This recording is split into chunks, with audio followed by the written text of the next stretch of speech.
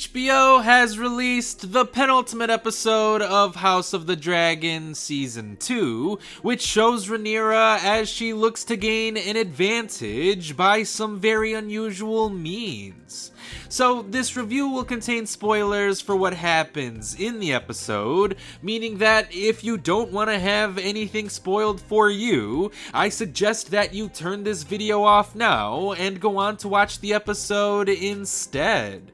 But the episode begins with a confrontation between Rhaenyra and Adam of Hull, where Adam pledges fealty to her without revealing that he's actually the son of Corlys Velaryon.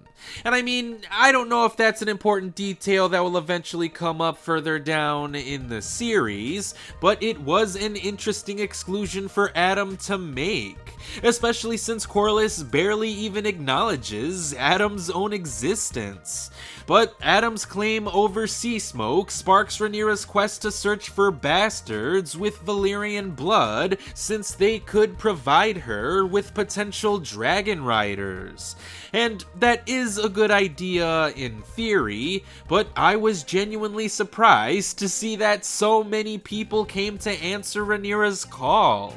These are King's Landing citizens after all. You would think that most of them would suspect her call to be some sort of trap. And even if it wasn't a trap, Rhaenyra basically sentenced all of these dragon seeds to their deaths anyway, so it might as well have been a trap. Which is interesting, but the Red Sowing ends with Vermithor claiming Hugh Hammer and Silverwing claiming Ulf the White. So Rhaenyra does end up getting her dragon riders after all. Though they'll probably need to undergo some sort of training, since Ulf foolishly ends up flying over King's Landing for no good reason, which is a move that damn near gets him killed by Aemond and Vhagar.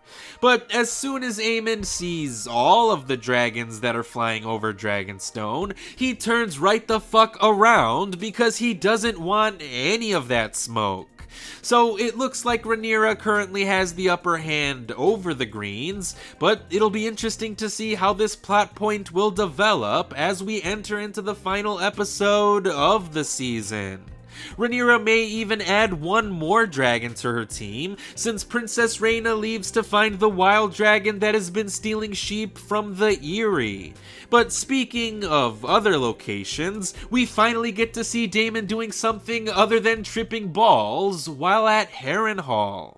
Because in order to make an allegiance with Lord Paramount Oscar Tully, Daemon has to denounce his own nefarious behavior and execute his own right-hand man for following out his war crimes, which is rather ironic. Willem Blackwood committed crimes that Daemon ordered him to do, and Daemon ended up executing him for them.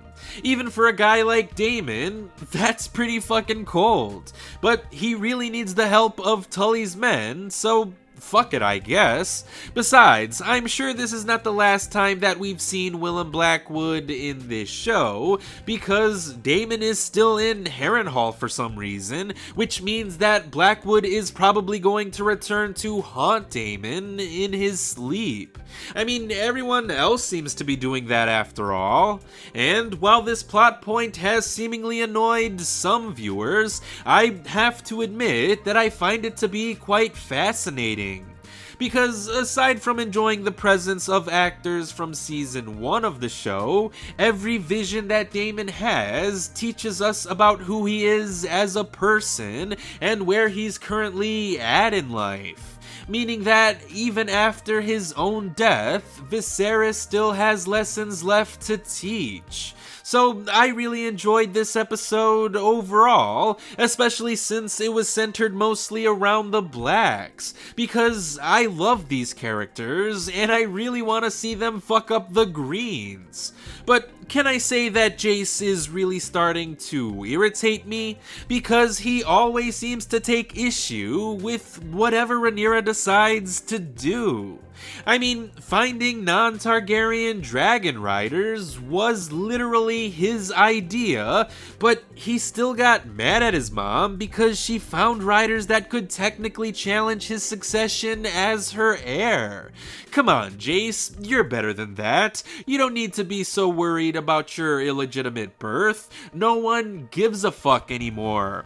Aegon is basically on his deathbed, Aemon doesn't want to fuck around and find out, and Alicent doesn't even want to live in King's Landing, or possibly even live at all anymore.